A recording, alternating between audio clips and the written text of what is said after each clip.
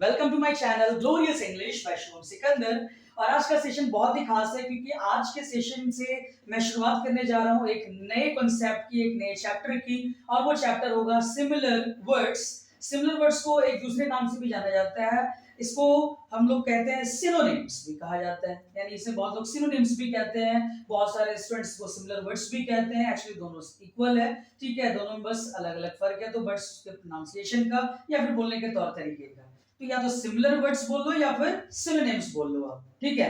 अब ये similar words या फिर सिनोनिम्स होता क्या है, let me tell you guys. चलिए आते हैं बोर्ड पे। पहले मैं इसके बारे में बताऊंगा एंड आफ्टर दैट कि सिनोनिम्स या फिर सिमिलर वर्ड्स में मैं क्या देने वाला हूं, उस पे हम लोग डिस्कस करने वाले हैं, ठीक है। बहुत ही इंटरेस्टिंग होने वाला है, बहुत एक्साइटिंग सेशन है ये। So keep watching my videos and stay tuned with this session guys, okay, do not try to miss this. तो सिमिलर वर्ड्स या सिनोनिम होता क्या है? ये सिनोनिम या सिनोनिम्स का मतलब ये होता है कि जब वर्ड इंग्लिश में अलग अलग हो, कहने का मतलब कि मीनिंग एक, लेकिन वर्ड्स का जो प्रोनाउंसिएशन का जो तरीका होता है, ठीक है, या फिर स्पेलिंग या फिर प्रोनाउंसिएशन या फिर उसका मोड सब अलग अलग हो, लेकिन सेंस एक ही आता हो। यानी वर्ड हजार बट उसका मीनिंग एक ही। हजार वर्ड का एक मतलब, यानी स्टाइल बहुत सारे हैं लेकिन मीनिंग एक ही है। या कैटेगरीज बहुत सारे हैं लेकिन डेस्टिनी एक ही है। Got it? बस वही होता है सिनोनिम्स, या फिर उसी को बोला जाता है सिमिलर वर्ड्स, ठीक है। यानी वर्ड्स बहुत सारे हो, जैसे 5 हो, 10 हो या 1000 ही क्यों ना हो, लेकिन कहने का मतलब कि उसके मीनिंग हिंदी में उसका मीनिंग, उसका मतलब एक ही निकलता हो, ऐसे वर्ड्स को कहा जाता है सिनोनिम्स या फिर सिमिलर वर्ड्स।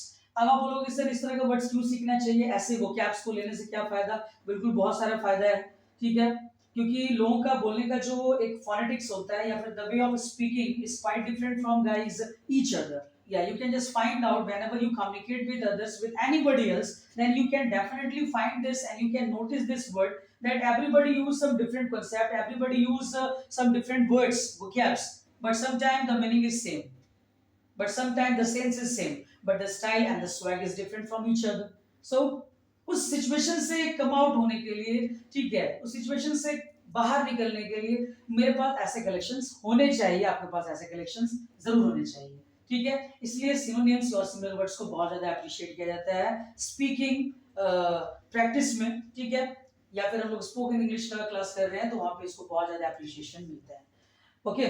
खासकर जितने भी कॉम्पिटिटिव लेवल के एग्जाम्स होते हैं, चाहे वो बैंक का हो, एसएससी का हो, रेलवे का हो, सीजीएल हो, कुछ भी हो, वहां पे भी बहुत ज्यादा इसका आपको फायदा दिखेगा। वहां पे पूछे जाते हैं सिनोनिम्स और एंटोनिम्स, ठीक है। फिलहाल एंटोनिम तो नहीं, मैं सिनोनिम्स के बारे में यहाँ बता रहा हूँ। तो मैंने बता दिया कि जब वर्ड्स हजार हो लेकिन उसका हिंदी का मीनिंग एक ही हो, बस उसी कंसेप्ट को, उसी रूल्स को कहा जाता है सिनोनिम्स या फिर सिमिलर वर्ड्स। चलिए आते हैं बोर्ड पे।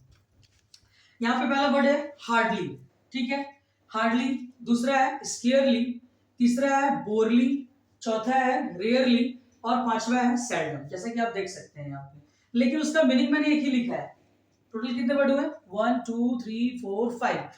5 वर्ड्स का एक मीनिंग, शायद ही कभी। गर्दा मचा दो स्पीकिंग। वर्ड पावर, वर्ड को पावर का टाइटल क्यों दिया गया है? बिल्कुल एक स्पीकर के लिए वर्ड एक बूस्टिंग पावर का काम करता है, जो कि बूस्ट देता है मुझे, ठीक है, कि मैं अपने आप को कहीं पे प्रेजेंट कर सकूं बोल्डली, इसलिए वर्ड को पावर का टाइटल दिया जाता है।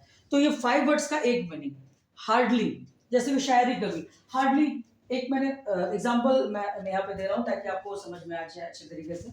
मैंने बोला कि मैं शायद ही मार्केट जाता हूँ, तो I can say hardly I go to market, या फिर I hardly go to the market, okay. कोई दूसरा बंदा है, उसने कह दिया कि I scarcely go to the market, confused. लेकिन अगर आपके पास सिनोनिम्स या सिमिलर वर्ड का पावर है तो आप कंफ्यूज नहीं होंगे, आपका वे एकदम हमेशा क्लियर रहेगा, ओके। कोई थर्ड बंदा आता है, वो बोलता है आई बोरली गो टू द मार्केट या फिर बोरली आई गो टू द मार्केट, लो भैया।